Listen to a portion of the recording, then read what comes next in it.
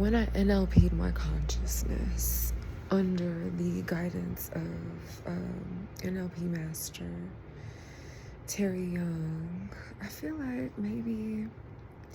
something went awry with like my observer roles, lenses for observation that are creating a blockage in my consciousness between what I'm doing and what is necessary for me to do. And while I recognize that I've done a lot of what's necessary for me to do, and basically everything I'm doing is necessary for me to do, but like there's some sort of lens, just as I said, regarding how to observe or ways of filtering observation through certain constructs of like normalization and socialization, and realizing, of course, that most of the norms that we have established out of brutalistic beginnings such as slavery and genocide are not actually good norms for us to maintain. And I know this, and I'm very aware, generally, as far as I understand of myself, of scanning my ways of cognition for harming norms, and doing my best to dispense with ways that are based on harm in my own thought patterning. But I feel like there's something that I'm not fully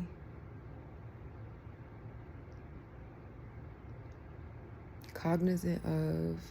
in my patterning of regarding myself, that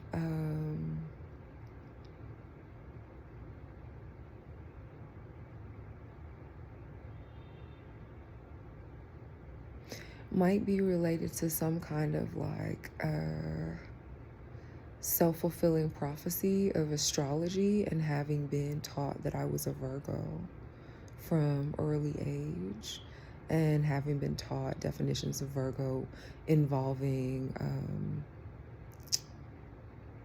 perfectionism, which on the surface levels of awareness I don't cotton to as real perfection, no.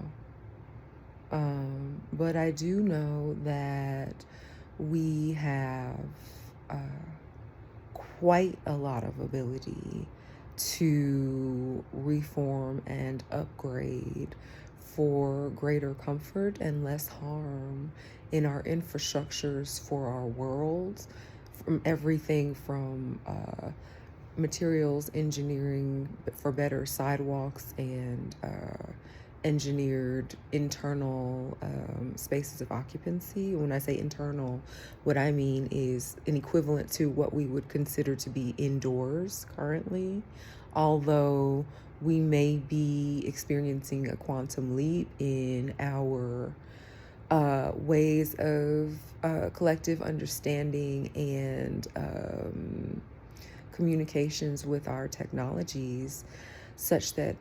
we can move forward from the types of built spaces which have been leading us into musculoskeletal hazard and neurological patternings of abuse due to things like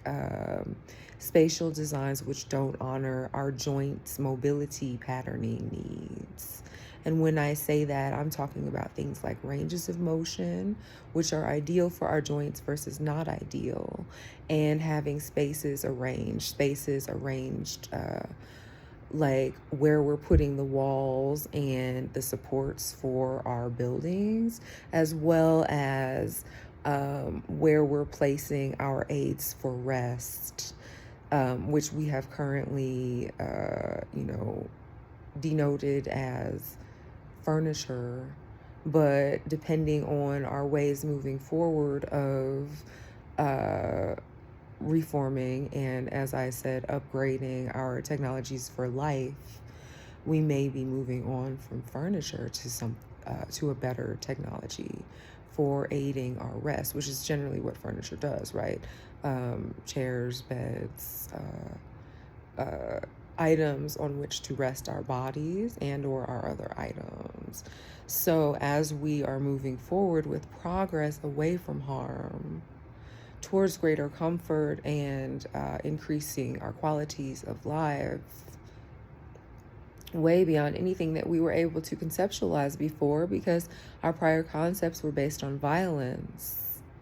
of being at war with ourselves to objectify one another in order to be able to do such horrendous practices as genocide and slavery. Now, dispensing with all of that as relics of annals of history and moving forward with honoring and respecting our bodies as sacred, ourselves as sacred, not perfect,